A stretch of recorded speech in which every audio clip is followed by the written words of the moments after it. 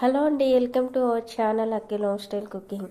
ఈరోజు మన వీడియో వచ్చేసి మార్నింగ్ బ్రేక్ఫాస్ట్ కింద మరమరాలతో గుంత పొంగనాలండి.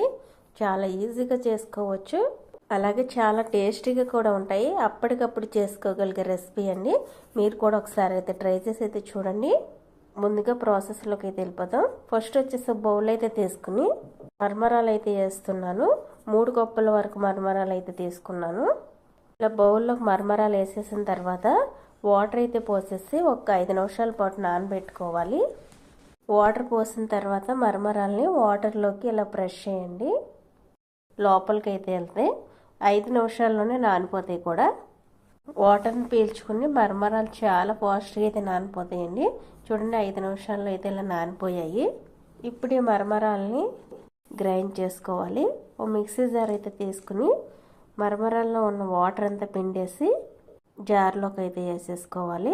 ఇప్పుడు మన టేస్ట్ తగినంత సాల్ట్ అయితే వేసుకోవాలి. వేసిన తర్వాత ఇందులోకి ఒక అరకప్పు వరకు మజ్జిగ అయితే పోసుకోవాలి. పొల్లటి మజ్జిగ కానీ పెరుగు కానీ పోసుకోవచ్చు. ఇప్పుడు మూత పెట్టేసి మెత్తగా గ్రైండ్ చేయాలండి. ఈ విధంగా అయితే గ్రైండ్ చేసుకోవాలి.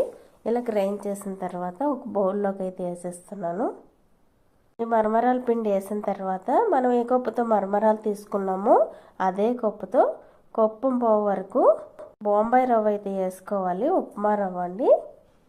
3 కప్పుల మరమరాలకి కప్పు పావు వరకు ఉప్మా రవ్వ అయితే వేస్తాను. రవ్వ వేసిన తర్వాత మొత్తం మిక్స్ అయ్యేలాగా ఒకసారి అయితే కలిపేయాలి.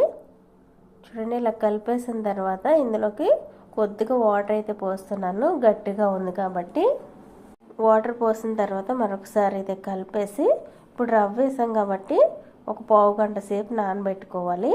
పావు గంట తర్వాత అయితే చూపిస్తున్నాను. ఇలా అయితే నానింది. రవ్వ వాటర్ని అబ్జర్వ్ చేసుకుని ఇంకొంచెం గట్టిగా కూడా అయిందండి. ఇప్పుడు ఇందులోకి కొద్దిగా ఉల్లిపాయ ముక్కలు, క్యారెట్ తురుము, పచ్చిమిర్చి, అలాగే కొత్తిమీర, అల్లం తురుము అయితే వేస్తున్నాను. ఇవన్నీ సన్నగా తరిగేసుకోవాలి. ఇవన్నీ వేసిన తర్వాత ఇందులోకి చిటికెడు బేకింగ్ సోడా అయితే వేసుకోవాలి. మరీ ఎక్కువగా అయితే వేయకూడదు, చిటికెడు వేసుకుంటే సరిపోతుంది. ఇప్పుడు ఇవన్నీ మిక్స్ అయ్యేలాగా మరొకసారి అయితే కలుపుకోవాలి. చూడండి, ఇది కలిపిన తర్వాత ఇది కొంచెం గట్టిగా ఉంది. ఇందులో కొద్దిగా వాటర్ అయితే పోస్తున్నాను. ఇప్పుడు మనకు కావాల్సిన గుంత పొంగనాల కన్సిస్టెన్సీ అయితే వచ్చింది. ఈ విధంగా అయితే ఉండాలి. గుంత పొంగనాలు వేసుకోవడానికి పిండి అయితే రెడీ చేసేస్తాం.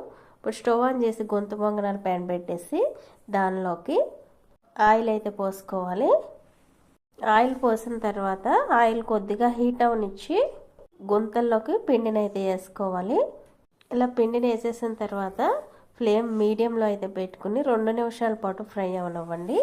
2 నిమిషాలు ఫ్రై అయిన తర్వాత రెండో వైపుకి అయితే తిప్పి ఫ్రై అవనివ్వాలి మరొక 2 నిమిషాల పాటు. ఫ్లేమ్ మట్టుకు మీడియంలో పెట్టుకుని ఫ్రై చేసుకోండి. లోపల వరకు అయితే గుంత పొంగనాలు చక్కగా ఉడుకుతాయండి.